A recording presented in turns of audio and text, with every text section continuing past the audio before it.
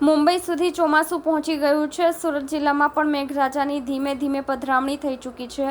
ત્યારે ભારે વરસાદ પડે તે અગાઉ સુરત મહાનગરપાલિકા દ્વારા દર વર્ષની જેમ પ્રી મોન્સૂન કામગીરીનો ધમધમાટ છેલ્લા ઘણા સમયથી આદરી દેવામાં આવ્યો છે। રાંદેર અને કતારગામને જોડતો કોઝવે પર લોખંડની ગ્રીલ કાઢીને વાંસની આડસ બાંધવાનું શરૂ કરી દેવામાં આવ્યું છે।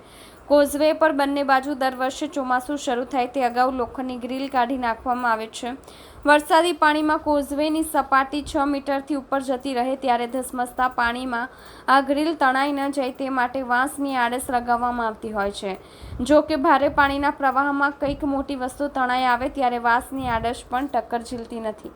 વાંસની આડસ બાંધવાનું સવારથી શરૂ કરી દેવામાં આવ્યું હતું। શ્રમિકો દ્વારા વાંસની આડસને કાથીની દોરીથી બાંધી દેવામાં આવી છે। જો કે આ વર્ષે પણ સારું ચોમાસું હોવાની અટકળો વહેતી થઈ હોવાથી કોઝવે આ વખતે પણ ઘણા દિવસો બંધ રહેશે તેવી આશંકા વ્યક્ત કરવામાં આવી રહી છે।